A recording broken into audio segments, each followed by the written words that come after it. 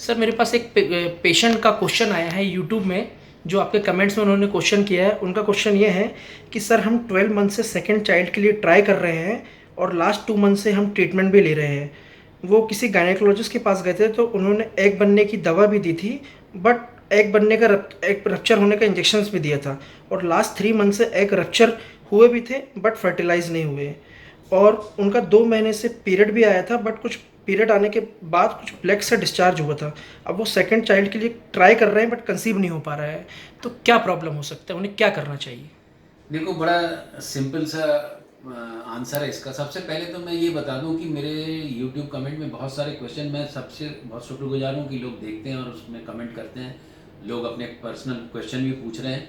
पर मेरा एक ही कहना ये है कि बहुत सारे क्वेश्चन का जो जवाब है, आप यदि पुराने वीडियो देखेंगे तो मैं ऑलरेडी दे चुका हूँ। और ये भी जो क्वेश्चन किया गया है कि पहले एक प्रेगनेंसी हुई है और अभी ट्राई कर रहे हैं सेकंड के लिए और सेकंड के लिए दवाई दी जा रही है, मेरा एक सिंपल सा एक क्वेश्चन है, एक लॉजिक है।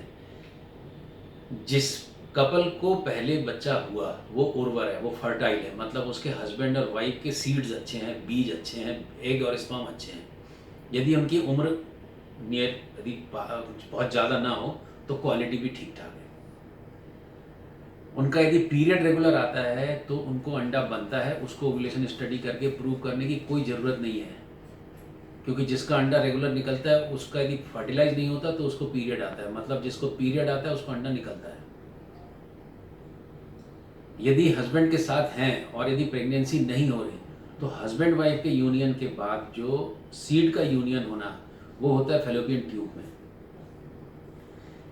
यदि फिर से प्रेगनेंसी नहीं हो रही तो मेरा एक सिंपल सा आंसर ये है कि ये जो बच्चेदानी है, ये मैं बार बार इसलिए बताता हूँ कि इसी में लोग परेशान रहते हैं। ये जो फैलोपियन ट्यूब है, इस तरफ की और इस तरफ की, किसी भी तरफ की, आप राइट की या लेफ्ट की ले लें तो अंडा इधर से भी निकल सकता है, कभी इधर से भी निकल सकता है।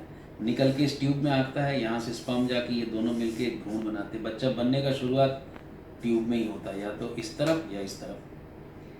अब जो ये लेडी हैं, इनका एक बार यहाँ भ्रूण बना, यहाँ आके बैठा, बड़ा पनपा और एक बच्चा हुआ। अब ये दोबारा नहीं पा रहे हैं बच्चा,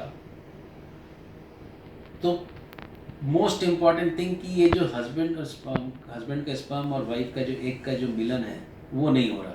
ये कहाँ होता है? ट्यूब में। गड़बड़ कहाँ है? ट्यूब में।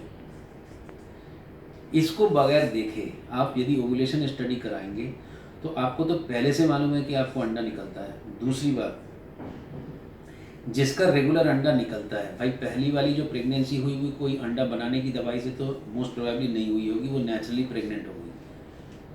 तो अब दोबारा जिसको अंडा बनता है, यदि हम उसको और अंडा बनाने का दवाई, खासकर क्लोमिफेन साइट्रेट देते हैं या फिर लेट्राजोल देते हैं, कई बार गोनाडोट्रोपिन भी देते हैं,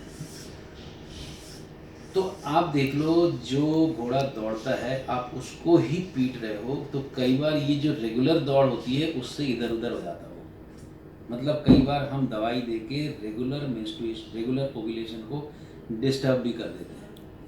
तो बेहतर है कि आप कोई भी दवाई ना लें, आप केवल एक 12वें से 14वें दिन या मैक्सिमम 11वें से 14वें दिन के बीच में एक LH टेस्ट होता है, LH कार्ड मिलता है, ओव्यूलेशन किट मिलते हैं आजकल बाजार में। आप यहाँ एक यूरिन डालें सुबह का, इसमें विंडो ये प्रेगनेंसी टेस्ट जैसे ही है, इसमें यदि दिखता है कि दोनों लाइन दिख गई तो नेक्स्ट डे ये अंडा निकलेगा, उस समय इंटरकोर्स होना चाहिए। यदि ये करके भी प्रेगनेंसी नहीं होती है तो सबसे पहला काम होता है बच्चेदानी की नलियों को जांचना, उसको हिस्टेरोसेल्पिंगोग्राफी बोलते हैं, ये करवाइए।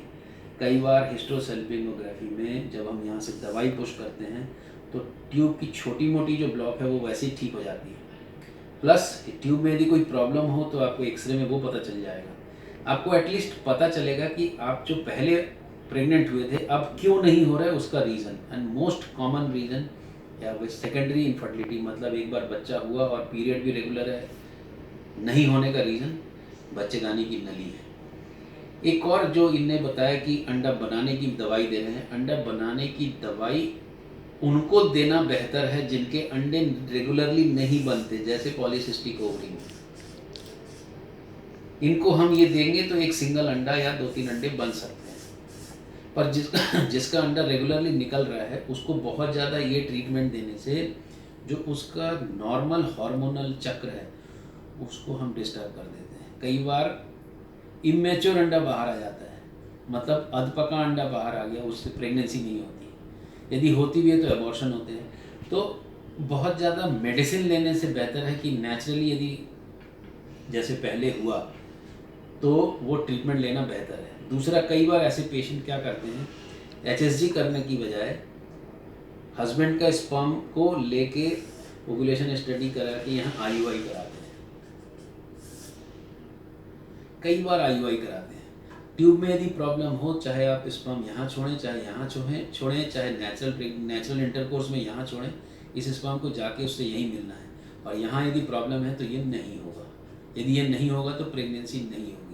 तो ऐसे कपल जिनको एक बच्चा हो चुका, जिनकी उम्र कम है और फिर से चाह के भी नहीं हो रहा 1-2 साल में, उसमें ना अंडा बनाने की दवाई बहुत हेल्प होती है, ना बहुत ज़्यादा IUI कराने से हेल्प होता है। आपको ट्यूब का कंडीशन देखना चाहिए। यदि ट्यूब रिपेयर करने लायक है तो लेप्रोस्कोपी करके रिपेयर कराइए, या फिर यदि बच्चे की बहुत चाहत है और उम्र बीत रही है तो IVF कराइए।